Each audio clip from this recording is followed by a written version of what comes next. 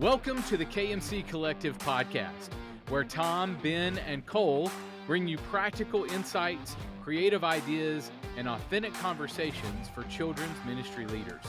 Each conversation is packed with strategies to help you lead with clarity, build strong teams, nurture families, and stay healthy in the process.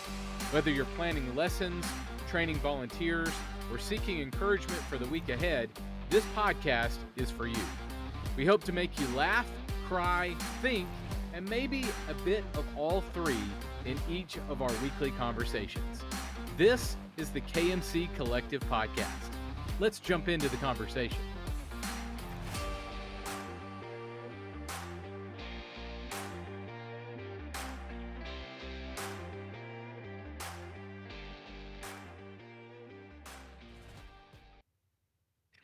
And welcome to the new KMC Collective Podcast. My name's Tom Bump, and I'm your host, and I can't wait to introduce to you a brand new format. What was formerly known as the Kids Ministry Collective Podcast is now the new KMC Collective Podcast.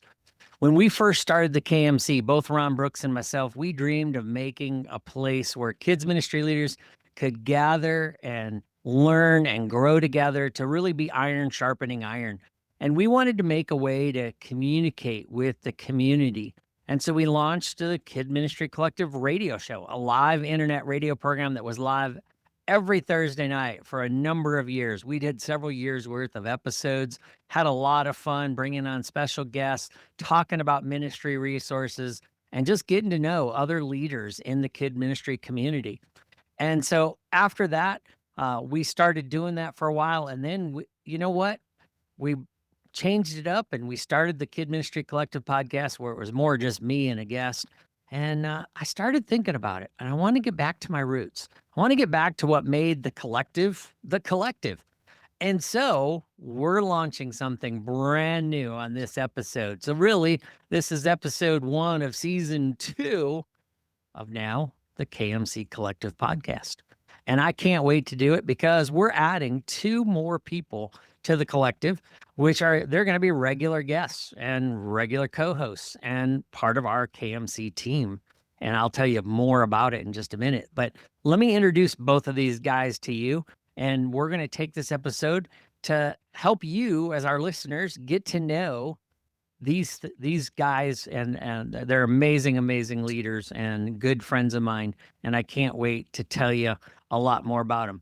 My good friend Cole Rice is joining the KMC team, and he's got over 20 years of kid ministry experience, and he's served in churches with a variety of settings, from real small, close-knit communities to large multi-site ministries. And his heartbeat beats for kids ministry leaders and for kids that they'll grow in their faith and their relationship with Jesus Christ, to help really empower parents to be those primary disciplers of their kids. And I just am so thankful that he shares the heartbeat for equipping leaders and keeping them in healthy places, developing practical tools, being an encourager, and helping them see a greater vision of reaching that next generation that can be rooted in their faith with Jesus Christ. The other guy in this team is my awesome friend, Ben Fowlkes. And Ben has been around the KMC. He's been on the podcast a couple of times. You might know him as Big Kid Ben as well, because he's been around there for some of that kind of stuff. But Ben's got over 25 years of ministry experience with kids, student ministry, small churches, large churches. He's done a lot of camp ministry. He's been speaking with a group called Giant Cow. He's got a whole YouTube channel called Big Kid Ben. You got to check it out. We'll tell you more about all that kind of stuff. But he's passionate about sharing the gospel with kids, making the Bible understandable. He even does it in 60 seconds or less. It's crazy how fast he can talk. I thought I was a fast talker. Ben's got me hands down on that one. But these 2 guys are making up the new collective team, and we've got some exciting news that we're going to share later on in the podcast about these guys and how they're coming alongside of me to make the collective truly a collective. And I'm super excited. So fellas, thanks for being a part of this team. I'm looking forward to seeing where God's going to take this journey, man. Definitely. So excited. Let's have some fun. How about it? I'm pumped. I've been excited about this for as long as we've been talking about it, Tom and Ben. So let's do it. Let's get started. All right, let's dive in. I want everybody to get to know you guys. They've heard enough from me. So I am going to do interview style for this episode just because I want you guys to do more talking than I'm talking. So, Cole, why don't you kick us off and give us your why? Why are you in ministry? What got you into ministry? Give us a little rundown. A little rundown. Well, it's not a short story, but I will give you a little rundown. I was asked. I was 6 months into even knowing who Jesus was, and a friend of mine asked me to be a part of kids ministry, and his exact words are, "I just need you to stand in the door and make sure kids don't run out of the room. Just be a bouncer." And I said yes to that, and now I get to lead an amazing group of volunteers at my church.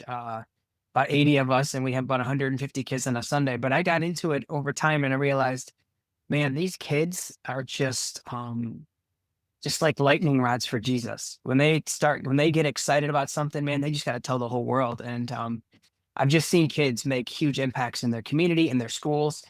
And yeah, that's what keeps me going. And it was one of the reasons I got into it, because I love to see kids get excited for Jesus. It's really great.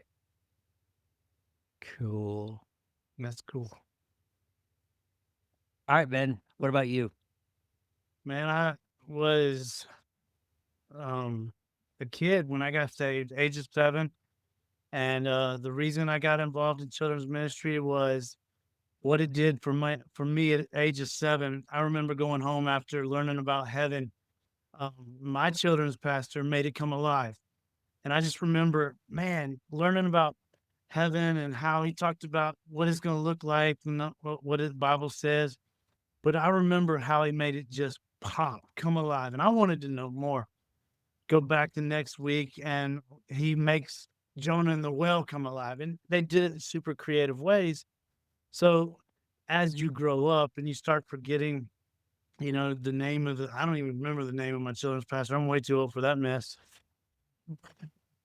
As I'm growing up, I still remember walking underneath this tarp where the teacher's sitting there in a chair, cracking open a can of sardines with a fan blowing in this tarp, and it's dark and it stunk and it was windy. And he That's a visual. tell us, it was it was awesome, but terrible all at the same time. And I'm like, man, that guy changed my life at the age of 7. How can I be the same person to change kids' lives all over the world, in the small little life that we have? So 25 years of ministry now. I started in 99, and I've learned a lot. I've grown a lot. I've been a part of 3 church plants, a part of small churches, big churches, multi-site churches, and it's all the same. There are kids desiring to know Jesus, families desiring to know, how do I minister to my kid when the world is loud? Yeah. And I'm not doing anything else. This is what God called me to. So until I die, it's kids ministry through and through. And I'll be with a cane hitting kids out of the way if I have to. Get off this my is what God stage. called me to. That's right. Hey, kid. So yeah, Sounds like a character idea. Yeah. There you go. it's old kid Ben. Old kid Ben. That's awesome. Yeah, I can see it now. I can see it. Yeah. The sardine thing. No, I had a lady that made finger jello, and it was the Red Sea. She made it red, and we had little people, and we got to march it through. Then we got to eat the Red Sea. That's what Okay. made it memorable. But I'm glad she left the sardines at home. No, thank you. I'd be like, you know. So, all right, that leads me. That's a perfect segue to what I wanted to ask you guys. What's one of your favorite things about kid ministry? And it could be general kid ministry. It could be leading in kid ministry. What's one of your favorite things? Ben, tell me what's one of your favorites? Oh man, it's exciting when you see a kid walk into the church building or wherever at whatever venue you're in, um, they're excited. They're excited to see not necessarily learn about Jesus, but they're excited to see you. And so that relationship for me is probably the most exciting thing because throughout ministry, I make it a goal. Never let a kid pass you by without giving them a high five, fist bump, head rub, whatever you got. Like, hey, I'm so glad to see you. I see you, and I know that you're here. And for me, it's the excitement that comes with that. And yeah, like it's fun. It's definitely Love it. Cole, what about you? What's one of your favorite things? You know, it's interesting. This year we had our kids camp, and I had a volunteer come up to me, and she says, "Colt, do you ever get like embarrassed to be like to do all the things you do for kids ministry? Because sometimes you're crazy and you're goofy, and I'm like, listen, embarrassed is like the default setting. If you can be okay with taking a pie to the face or dressing up and looking ridiculous or acting crazy on stage, or like last year for kids camp, I had a big sequin jumpsuit type deal with light up shoes and light up. Yeah, you don't need a picture of that, Tom. We don't. It doesn't need to get out. But like looking ridiculous is because it is the like, as Ben said, it's that moment those kids will remember. It is that moment that's that connection point. And then when you see them as high fives, like, remember when you dressed like, I have kids now that I was a small group leader for that are now like 22. And they'd be like, remember that time you were on stage and you were dressed as an angel, like from Angels in the Outfield? And I was like, yeah, I remember that. I was like 20 years old and they were like 7. But they remember it and they remember the Bible story. And all I was just a little ridiculous for Jesus. But it made an impact on their life. And so for me, it's just being okay with what God calls you to, even as uncomfortable as it can be. So, Mhm. Yeah. I like it. it's for the children. yes, right. That's exactly. right. Yes. I was saying, I was told volunteer teams, I'm not going to ask you to do anything I wouldn't do. But the scary part is there's nothing I'm not going Nothing to I do wouldn't do. unless it's sinful to reach a kid. I'm going to do it. Yeah, I mean, that's awesome. So, being in ministry, you always get the school of hard knocks too. You always, everybody has that story that's like, uh-oh, why did I do that? Tell me something, tell me a lesson that you learned the hard way, that maybe bit you in the hind parts. Oh, I got you on this one. All right. I do too. Yeah. So we're going to kids camp one summer, and this new camp facility had a paintball course. Looked like a castle, you conquer the castle kind of thing. And I'm like, man, with a bunch of young kids like this, it's okay, like, to not play paintball, but I'm sure like pellet guns are okay, right? And so on Amazon, I buy about 20 pellet guns, all kinds of ammo. It's not BB guns, it's not metal, it's plastic, it won't hurt. And Like the some airsoft. goggles. Is an airsoft gun. I know where Okay. this is going. Okay. Yeah, I'm getting So- nervous. So instead of paintball, we ended up playing pellet like wars and airsoft wars, and yeah, well, a couple kids ended up going home with some red dots in the neck, Mosquito one bites. right here in the forehead. Let's just say those never made it back from camp, and yeah, Yeah. probably never gonna ever do that again. Yep. Uh, Yep. But plastic hurts. Yeah. I'm sure you had some fun conversations after that one. Definitely had to explain why the kid had a hole in his neck. All right, Cole. I can't wait to hear yours. Well, mine was more expensive than it was anything else. So I was lucky enough with my first church to work at a church that wasn't lacking in any kind of budget or anything like that. So it was like, dream it, we can do it. Okay. And so my first kids camp, and let me just tell you, when God called me to ministry, he put me in a place that was so uncomfortable. I wasn't even aware of it until 3 years after I left. And so I was like 25 years old, zero experience in full-time ministry whatsoever. I'm in my first kids camp, 6 months into the job. And my boss is like, hey, we're going to do kids camp. We're going to do a messy day, a glow day, whatever, all the different themes. So on messy day, it rains and I have to make the call. Do we switch to a different day or can we move it inside to the gym or gyms? Because we had 2 full-size gyms. And so I talk with Clayton, our facilities guy, and he's like, Cole, we can do messy day. We can do it in the gyms. Okay. And so him and his team, they like lined the floor with trash bag, like plastic wrapped trash bags, the whole gym. But that wasn't the problem. It was the wall. And so one of the games that we came up with in our multi-site session was noodle fling. And so there was no you didn't get points for it. You weren't trying to do anything except for throw wet noodles at your leaders and have them stick to your leaders. That was the game. That's all the game was. And so about 7 hours before kids camp, I just threw multiple huge bulk-sized bags of noodles in pools of water. Well, they sat in there for 7 hours. So instead of being what a noodle should be when you eat it, they were kind of pasty. And so when the kids, and you're talking, this is a kids camp for 1,000 elementary age kids flinging noodles at, the magnitude of that.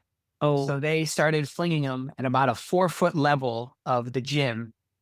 And when they went to take the noodles off the wall, it also took the paint off the wall of the entire gym. And so I had no idea that noodles could be paint remover. I didn't either. I had no clue. And so I was heading from one, because it was we took care of a large area of the church. And so I was heading from one area to the other area. And Clayton comes up to me and he goes, hey, I just want you to know, Pat says all the bills go to you. And I said, and he said it with a smile on his face. And I was like, what are you talking about, Clayton? And he goes, you know that noodle fling game? I go, yeah. He goes, noodles turn to paste. Paste takes paint off the wall. And we have to now paint the entire gym from like a 4-foot to 5-foot, like a 1-foot section from 4 to 5 feet all the way around. To get a new stripe on the gym wall. I mean, I went back and looked. It looks okay. I've seen it. It looks fine. But yeah, it was expensive. Yeah. Thousands of dollars. Yeah. Wow. Yes. It's art. It's art. Yeah. There you go. Oh. Yes. Oh, yeah. Just, decided to put a stripe on the wall. We add some color.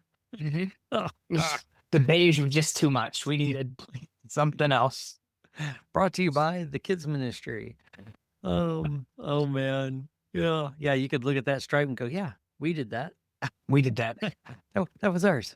Courtesy of the kids ministry. Lasting, VBS of 25, Yeah. Oh my gosh. That's great. So obviously,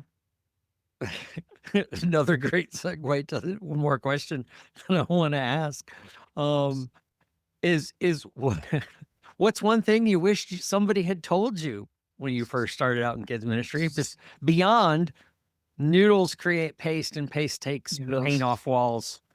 Yes. For all the parents listening, and just know that pellets leave nasty marks on kids. That's great. Oh, wow. So go ahead, Cole. What's something that you wish someone had told you when you first started? So I wish it was like something funny, but one of the things that I really struggled with my first probably 5 years in ministry was just creating good rhythms. Because I am one of those people that if I get an idea, let's go do it. I want to just go. I plan all that stuff and we go. And then all of a sudden 3 months has passed and I haven't taken that much of a Sabbath. I might have taken a day off, but a Sabbath and rested and reflected and let God pour into me. I'm not great at that even now, like 20 years in, I still struggle with it, but I'm better at it than I was 15 years ago. And so I wished, I really wish going into ministry, someone really explained what true Sabbath was and how to live it out beyond just like sitting at your house on a Sunday post church watching football or something like that. That's not Sabbath. That's not it. Right. That's a rest. That's a nap. Yeah, it leads to a nap, and those are great. But to be fully present with God and then have Him just speak into your life and say, "This is what I've done through you, and this is what we could do together in the future. Let's reflect on that, and let's talk. Let's think about what the future is. But at the same time, let's stop thinking about the stuff and just work together in harmony together." And so, Sabbath would be the biggest thing for me. I like that. I like that. For me, man, I think the biggest lesson that I learned over the years was you don't have to be that guy in the room teaching. The secret to success is relationships. And starting right out of the gate, starting a new church. I was that guy. I was doing everything, and I was, excited. Whatever I came up with that week, we did that Sunday. And then moving into a season of ministry where I was at a church that got let go because they were ready to go to the next level, and I wasn't. I was enjoying being the teacher. I was enjoying making things creative. Mm-hmm. But they weren't. They wanted somebody that could lead from behind a desk saying, "Hey, I need you to do that. I need you to delegate that. I need to do that," and grow your volunteer base so that you can take your ministry to the next level. Ended up right out of that one saying, "All right, I learned from that," and went into a church that ended up becoming a multi-site church.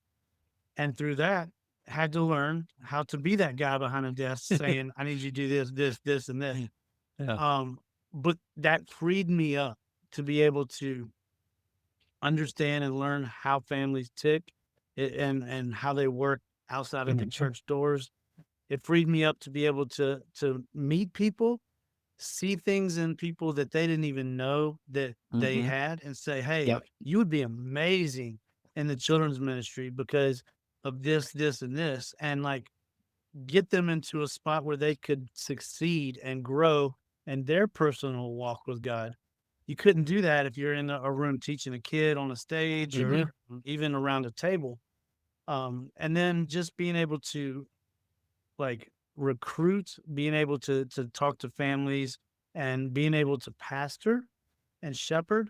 You can, when you're hanging out in one little section with all those sheep, you can't really lead the whole flock. And so I learned very hard in many different ways that building relationships is probably the most important part of your job as a children's pastor, children's minister. Yeah. And it doesn't mean you're the one teaching. It just means you're the one that shepherds. You're the one that leads, and you're the one that sees things when people don't see it. And for me, that that was about 14 years of learning right there. For sure. It's funny you say that, Ben. I vividly remember this as part of my story. I remember my first Wednesday night program at my first church, and there was like 400 kids. And again, I told you I hadn't ever worked in a church before. And I remember going to my boss's office on like that next day, and he's like, "So what'd you think?" And I said, "I don't think I can do this." And he said, "Listen, I'll teach you to lead volunteers. You just teach us what." And they were switching to a small group model. They'd never done small groups before.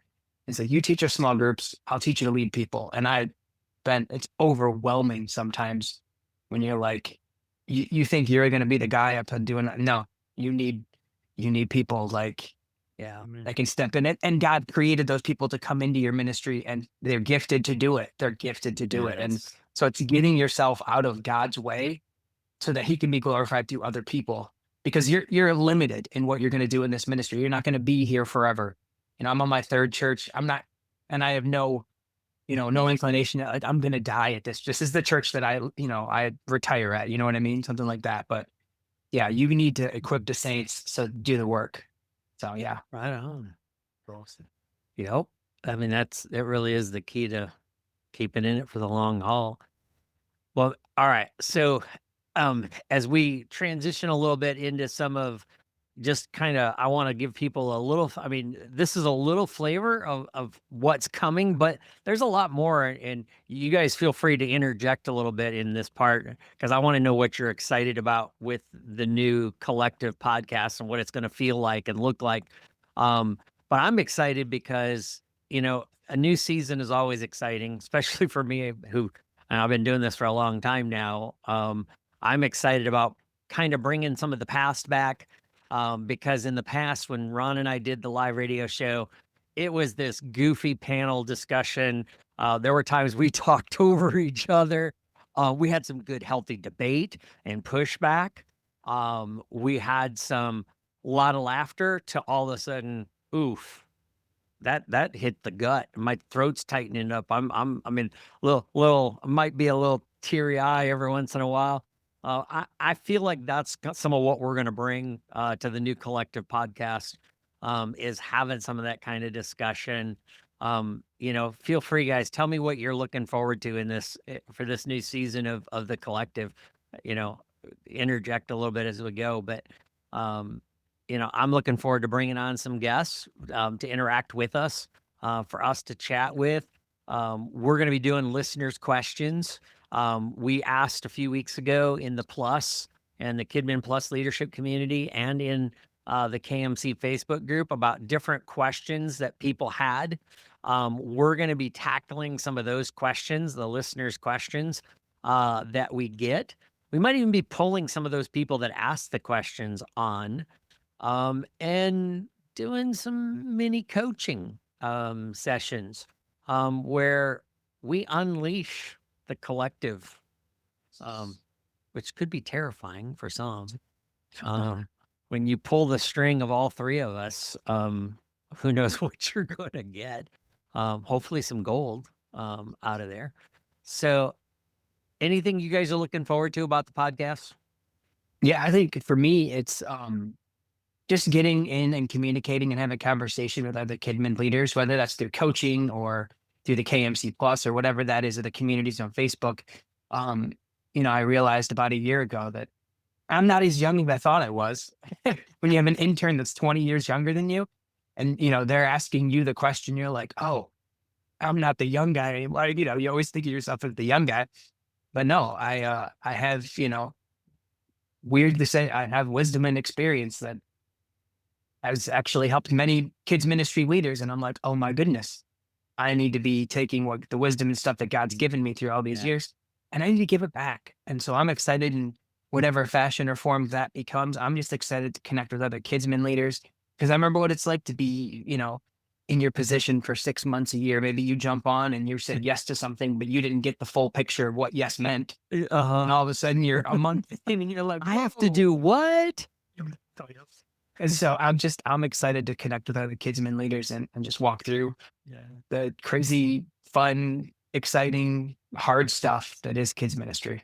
Yeah, man. I'm really close to that heart desire as well.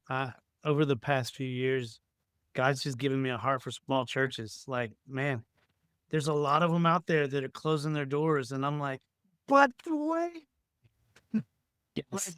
I promise you, like you can change, you can fix things, you can change your mentality.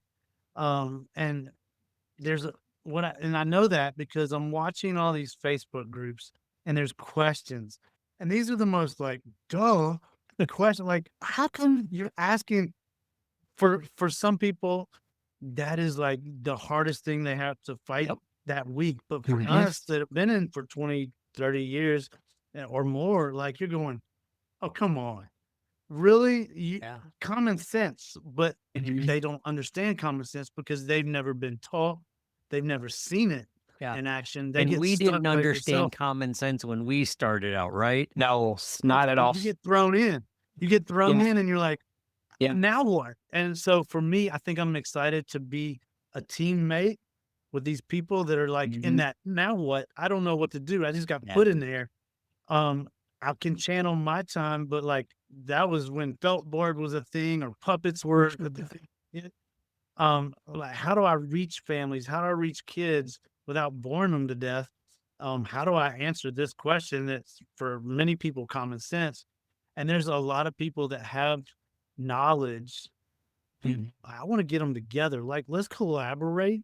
Let's talk about it. Yes. The more you talk about it, the less duh it becomes, and the more like I know exactly what to do because I got a group of people that are with me in this, and I'm not alone. And so for me, that's my excitement, is like to create a group that that you're not alone in this. You didn't just get thrown in, even though it feels like you're alone on a Sunday.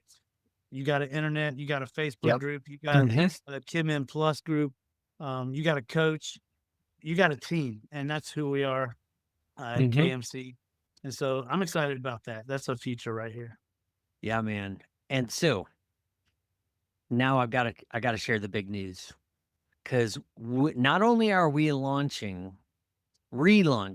and starting something new with the Collective Podcast, but KMCcoach.net is changing. No longer is there only one coach. Now you got these guys on my screen. They're above and below, or maybe they're side by side. I don't know how you're looking. You're side by side on my screen. Right. So this way, whatever direction you are, gang. I'm so excited to tell you that both Ben and Cole are available to be your coach. You don't have to get just stuck with Tom. Now you've got the two of them, and sometimes if you want, you can get all three of us or just two of us. KMC Coach is changing because we are passionate about making sure every single leader that wants to grow can get help. So stop saying you can't afford this. You don't have time for this. You're too scared to do this.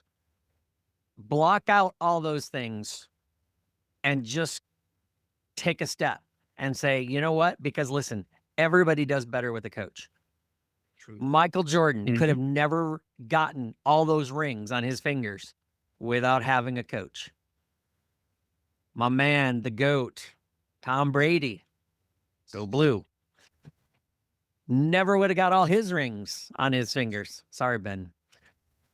I'm a Falcons fan. I take that personally. But he had to have a coach. Even as skilled as the guy was, he had somebody in his corner helping him go. So we're going to talk more about this on the podcast later on. But I want to tell you, you can go to kmccoach.net. You can see all the guys, including myself, on there. You can set up a clarity call.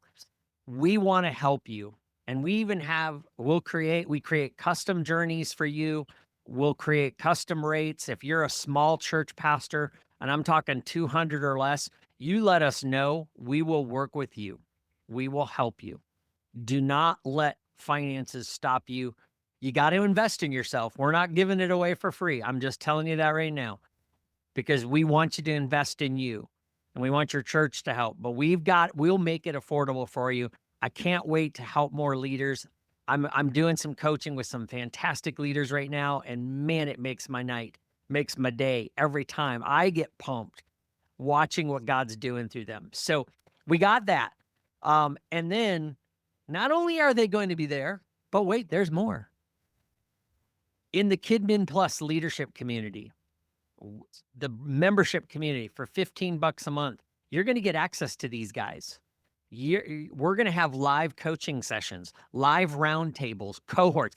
Our cohort doesn't just stop. We're not one of these teams that just does a limited time cohort. Our cohort can be year round because it's there in the kidminplus.net. Go check it out. We'll tell you more about that. But I just wanted to give you that little teaser because we're going to wrap this episode up because we got so much more coming, gang. This is just the beginning of the new KMC Collective Podcast. And I can't wait, fellas, to go diving in more and see where this journey leads. So, are you ready, fellas? Let's go. Let's do it. All right. That's going to wrap up this episode of the brand new KMC Collective Podcast, the podcast that helps healthy leaders build healthy teams that create healthy ministries that impact the world for Jesus. Stay tuned for another episode real soon, my friends. Take care. Hey, friend, that wraps up the KMC Collective Podcast for this week. Thanks so much for listening. If today's episode sparked something, an idea, a heartbeat, or a fresh start, drop us a line at tom@tombump.com or reach out on social media. We'd love to hear your story and keep the conversation going. Remember, you're not just doing kids ministry, you're shaping the next generation's faith with intention and care. Be encouraged, be creative, and take a breath. You've got this. Catch you next time on the KMC Collective Podcast.